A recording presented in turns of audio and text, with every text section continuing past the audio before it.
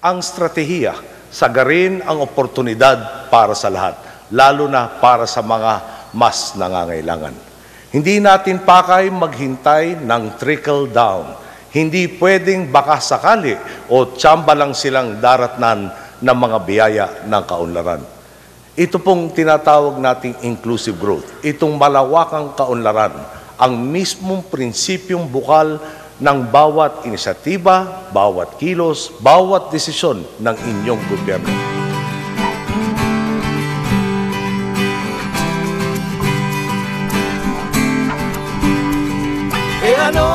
Ano, kung magandang sinabi, ito ba'y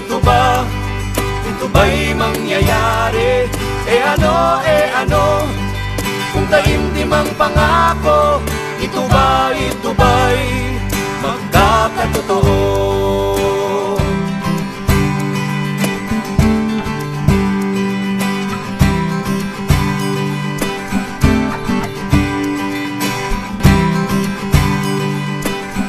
Malinaw po. Ang Estado itinayo para paglingkuran kayo. Kung may problema sa kalusugan, dapat kumakalinga ang gobyerno. Tulad ng lumipas na mga pangulo, mga talumpati, walang kasimbango, titik sa pangako, ngunit napapako, ilusyon lang ang pagbabago, ilusyon lang ang pagbabago. Mulat din po tayong marami sa ating mga kababayan ang nananabik na makita mga bunga ng ating public-private partnership projects. Kaya naman, lumapit tayo sa pribadong sektor, sabi natin, kulang kami sa pondo. Halina't mag-ambagan tayo upang maipatayo ang mga kinakailangan infrastruktura. Ano, kung magandang sinabi, ito ba'y mangyayari? Ano, kung taimtim ang pangako, ito ba'y magkakatotoo?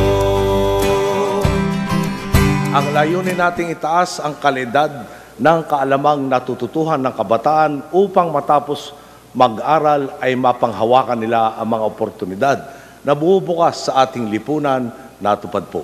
May kakayahan na tayong paghandaan ang magiging pangangailangan dahil sa K-12 program.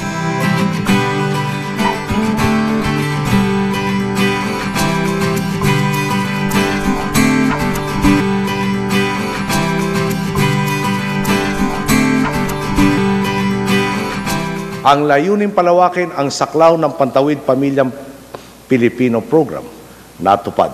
Ang dinatnan nating mahigit 700,000 kabahayang benepisyaryo ng programa noong 2010, umabot na sa halos 4 na milyon na kabahayan sa ating pong administrasyon.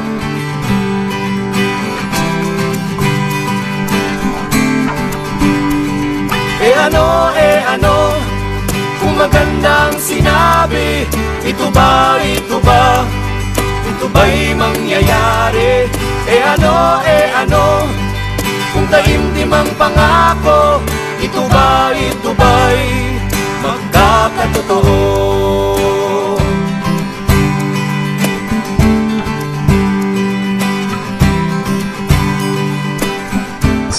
We might be requesting overflights of that. That doesn't preclude us. We don't have aircraft with those capabilities. Walang kasimbango, titik sa pangako, ngunit napapako, ilusyon lang ang pagbabago, ilusyon lang ang pagbabago. Our ability to take care of our problems rather quickly, except in this particular case, the foundation of our efforts rely on the local government units, and unfortunately 2 or 3 were simply overwhelmed by the degree of this typhoon that affected us.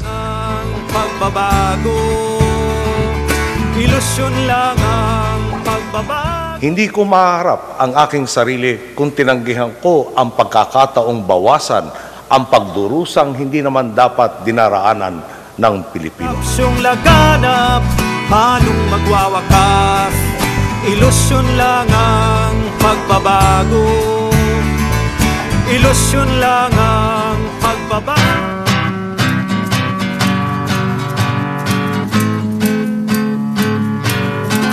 Sulong-sulong kababaihan, sumulong at lumaban. Buuin natin ang samahan ng makabayang kababaihan. Lumahok sa produksyon at pangmasang kilusan sa pagtatamo ng tunay na demokrasya at kalayaan. Sulong-sulong kababaihan, sumulong at lumaban. Harapin ang nagsasamantala ng aapi sa sambayanan.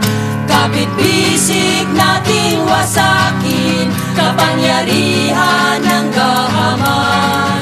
Kababaihan ay lalaya sa paglaya ng bayan.